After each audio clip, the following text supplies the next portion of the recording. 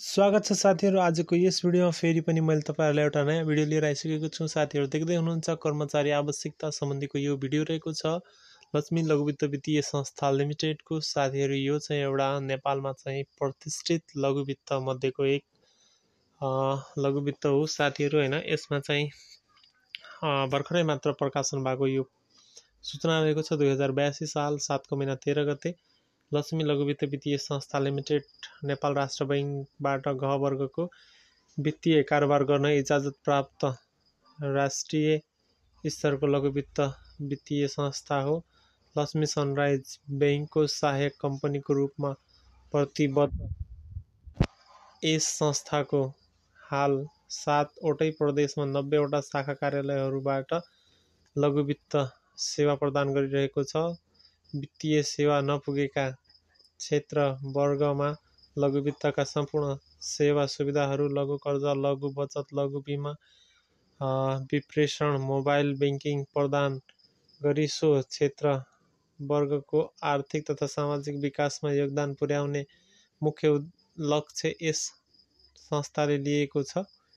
संस्थालाई तपसिल अनुसारको कर्मचारीको आवश्यकता रहेकोले योग्यता पुगेका इच्छुक उत्साही परिणाममुखी नेपाली नागरिकहरूबाट दरखास्त आह्वान गरिन्छ भनेर रहेको छ साथीहरु। पहिलो नम्बरमा रहेको छ विज्ञापन कोड हैन, त्यसपछि पद, त्यसपछि संख्या, त्यसपछि न्यूनतम योग्यता, त्यसपछि विशेष प्राथमिकता कलाई कलाई हुन्छ भन्ने कुरा रहेको छ साथीहरु हैन। र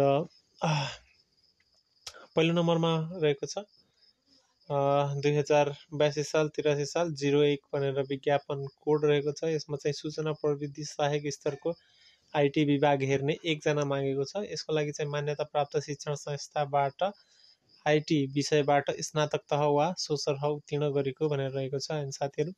र विशेष प्राथमिकता केलाई हुन्छ भने एसक्यूएल अनि हैन यो क्वायरीज, नेटवर्किङ अनि router, switch, VPNs, computer hardware, software installation, यो कम्प्युटर सम्बन्धीको रहेको छ साथीहरु आईटी भनेपछि त। त्यसपछि साथीहरुको नम्बरमा रहेको छ 2082/83/02।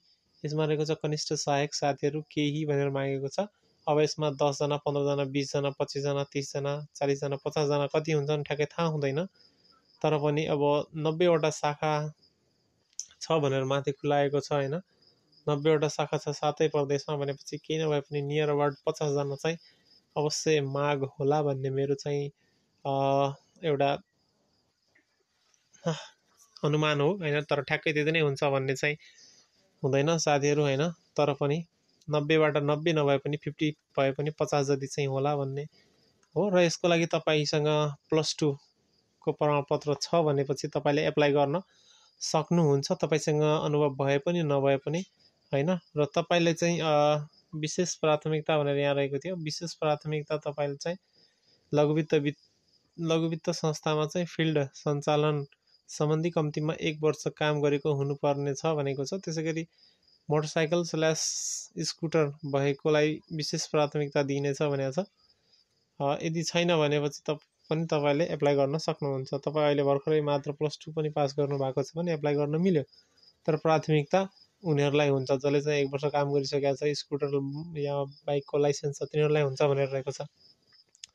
अब अन्य व्यवस्थाहरु के रहेको छ भनेपछि उमेर दुवै पदको लागि 18 देखि 30 वर्ष ननागेको भनेको छ। महिलाको हकमा 5 वर्ष थप हुनेछ, 30 वर्ष मात्रै। अरु सबै ठाउँमा चाहिँ 35 वर्ष हुन्छ, 40 वर्ष हुन्छ भनेपछि यसले चाहिँ 30 वर्षै राख्नुको मुख्य कारण नै त्यही हो साथीहरु। दक्ष काम गर्ने, अनुभवी काम गर्ने उम्मेदवार चाहिएको छ, किनकि उनीहरुले पनि राम्रो handsome salary, handsome office time दिन्छन्। त्यो भावनाले यो भएको हो। त्यो भावनाले सबैजनाले यो कुरालाई चाहिँ मध्यनजर गर्नु होला र यसमा चाहिँ एप्लाई गर्नु होला हैन। त्यसपछि साथीहरु परीक्षाको किसिम, मिति र तथा स्थान भनेको छ।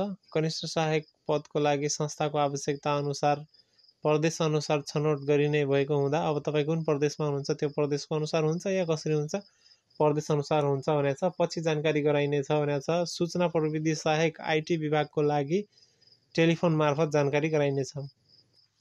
त्यसपछि गर्नुपर्ने कामको स्थान विज्ञापन नम्बर 1 ले संस्थाको केन्द्रीय कार्यालय तथा विज्ञापन नम्बर 2 ले चाहिँ हाल सञ्चालित शाखा कार्यालयहरू तथा भविष्यमा खोलिने नयाँ शाखा कार्यालयहरूमा काम गर्नुपर्ने छ भनेको छ। पदको प्रकृति 6 महिना परीक्षणकाल अवधिमा कार्य सम्पादन सन्तोषजनक रहेमा स्थायी गरिने भनेको छ। त्यसैगरी तलब भत्ता तथा अन्य सेवा सुविधाहरू संस्थाको नियमअनुसार दरखास्त फारम बुझाउने माध्यम चाहिँ कसरी हुन्छ भनेपछि दरखास्त फारम संस्थाको वेबसाइट https://laxmilaghu.com.np/career बाट अनलाइन फर्म भर्नुपर्ने छ भनेको छ। त्यसैगरी दरखास्त सङ्कलन गर्नुपर्ने कागजातहरूमा चाहिँ विज्ञापन नम्बर 1 ले चाहिँ नागरिकता एसएलसी एसई +2+ स्नातक तह उत्तीर्ण गरेको प्रमाणपत्र, खको लागि चाहिँ विज्ञापन नम्बर 2 ले चाहिँ नागरिकता एसएलसी एसई +2 उत्तीर्ण गरेको प्रमाणपत्र र लघु वित्त संस्थामा फिल्ड सञ्चालन सम्बन्धी कम्तीमा 1 वर्ष कार्य गरेको अनुभवको प्रमाणपत्र मात्र संलग्न गर्नुपर्ने छ भनेको छ।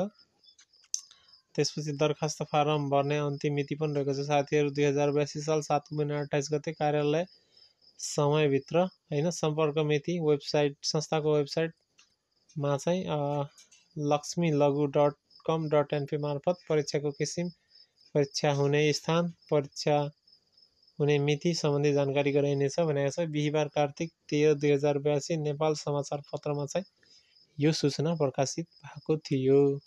त साथीहरू जसले +2 भ्याइसक्नु भएको छ, यदि तपाईँहरू चाहिँ लघु वित्ततिर इन्ट्रेस्टेड हुनुहुन्छ भनेपछि काम गर्ने साथीहरूले चाहिँ एप्लाई गर्न सक्नुहुन्छ। लक्ष्मी लघु वित्त वित्तीय संस्था लिमिटेडको केन्द्रीय कार्यालय चाहिँ कपन मार्ग महाराजगञ्ज काठमाडौँमा रहेको छ र यसको फोन नम्बर रहेको छ 014373682। अर्को फोन नम्बर रहेको छ 014373604। यसमा चाहिँ तपाईँले फोन गर्न पनि सक्नुहुन्छ अफिस टाइममा। ओके, आजको भिडियो के कस्तो लाग्यो साथीहरूले चाहिँ कमेन्ट गर्नु होला। काहीँ बुझ्नु भएको छ छैन त्यही अनुसार पनि कमेन्ट गरिदिनु होला। ओके।